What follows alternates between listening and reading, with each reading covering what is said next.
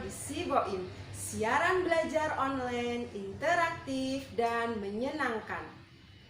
Bertemu lagi dengan saya, Hardwining Astuti dari SMP Negeri 1 Jumo.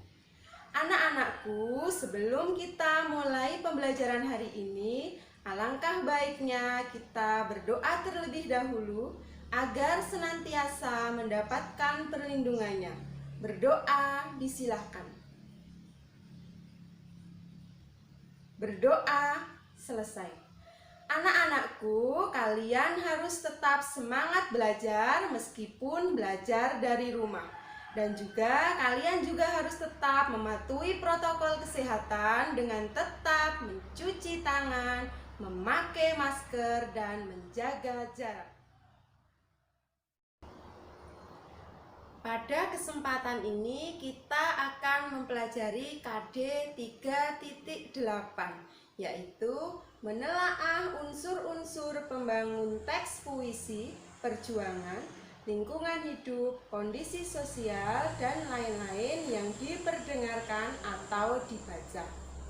Adapun IPK dari pembelajaran hari ini adalah 1. Mengidentifikasi unsur-unsur pembangun teks puisi lingkungan hidup yang dibaca.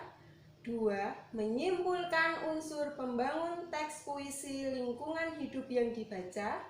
3. Mengevaluasi unsur-unsur pembangun teks puisi yang telah diidentifikasi dan disimpulkan.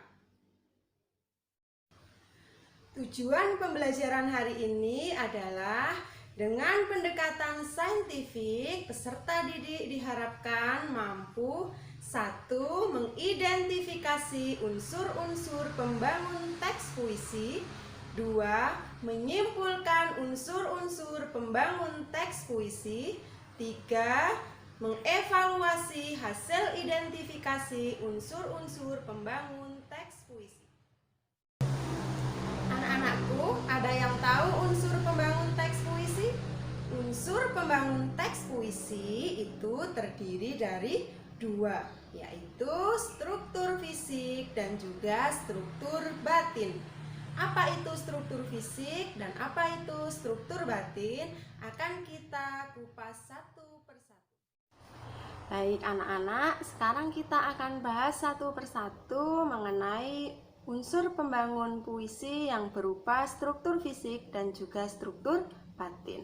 Apa yang dinamakan dengan struktur fisik? Struktur fisik yaitu unsur pembangun puisi yang bisa dilihat dan diamati secara langsung. Nah, meliputi apa saja struktur fisik? Struktur fisik itu yang pertama terdiri dari diksi. Diksi yaitu pemilihan kata yang dilakukan oleh penyair.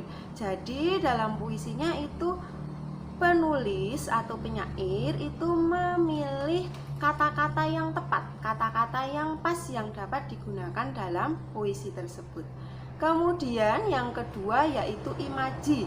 Imaji itu kata atau susunan kata yang mengungkapkan pengalaman indrawi. Nah, di sini imaji itu ada 3. Yang pertama yaitu imaji auditif, imaji visual, dan juga imaji taktil.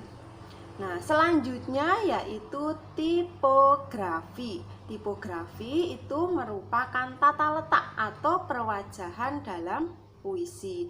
Jadi seorang penulis itu ketika menuliskan puisi, tipografinya berbeda-beda.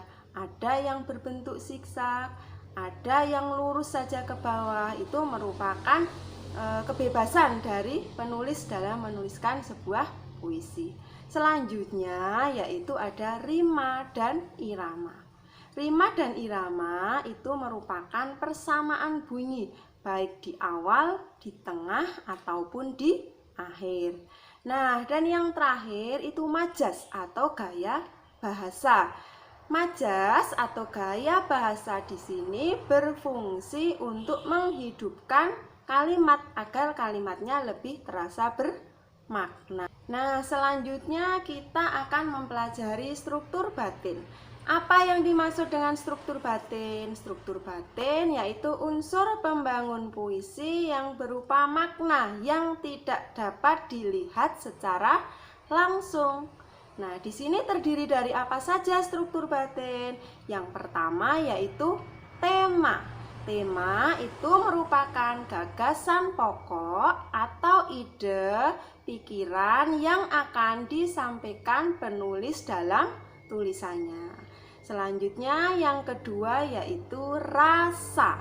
Rasa itu merupakan sikap penyair mengenai pokok permasalahan yang terdapat dalam puisinya. Nah, selanjutnya yaitu ada nada. Yang ketiga ya, nada. Nada itu apa? Nada itu merupakan sikap penyair terhadap pembacanya. Nada berhubungan erat dengan tema. Nah, selanjutnya yang keempat atau yang terakhir yaitu amanat. Amanat itu merupakan pesan yang ingin disampaikan penyair kepada pembaca. Nah, demikian penjelasan mengenai unsur pembangun puisi, baik struktur fisik maupun struktur batin. Anak-anak, selanjutnya kita akan mengidentifikasi secara bersama-sama unsur pembangun teks puisi yang berjudul Hujan Bulan Juni karya Supardi Djoko Damono. Namun sebelum kita mengidentifikasi, silahkan kalian perdengarkan terlebih dahulu pembacaan puisi berikut ini. Hujan Bulan Juni karya Supardi Djoko Damono. Tak ada yang lebih tabah dari hujan bulan Juni. Dirahasiakannya rintik rindunya kepada pohon berbunga itu. Tak ada yang lebih bijak dari hujan bulan Juni. Dihapusnya jejak-jejak kakinya yang ragu-ragu di jalan itu. Tak ada yang lebih arif dari hujan bulan Juni. Dibiarkannya yang tak terucap diserap pohon bunga itu. Nah, anak-anak, selanjutnya setelah tadi kalian mendengarkan pembacaan puisi Hujan Bulan Juni, selanjutnya kita akan menganalisis bersama unsur-unsur pembangun puisi yang terdapat dalam puisi tersebut. Yang pertama, struktur fisik. Struktur fisik yang terdapat dalam puisi Hujan Bulan Juni. Yang pertama ada diksi. Diksinya apa? Diksinya tidak ada yang lebih tabah, tidak ada yang lebih bijak. Itu merupakan kata-kata indah yang digunakan penyair dalam puisi. Selanjutnya yang kedua yaitu imaji. Imaji yang terdapat dalam puisi tersebut yang pertama yaitu imaji penglihatan. Nah, yang mana yang menunjukkan imaji penglihatan? Nah, di sini ada jejak-jejak kaki.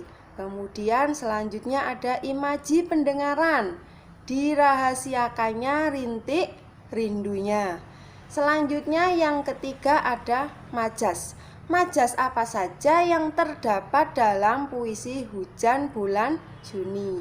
Yang pertama ada majas repetisi atau pengulangan. Yang kedua ada majas personifikasi. Nah, selanjutnya tipografi.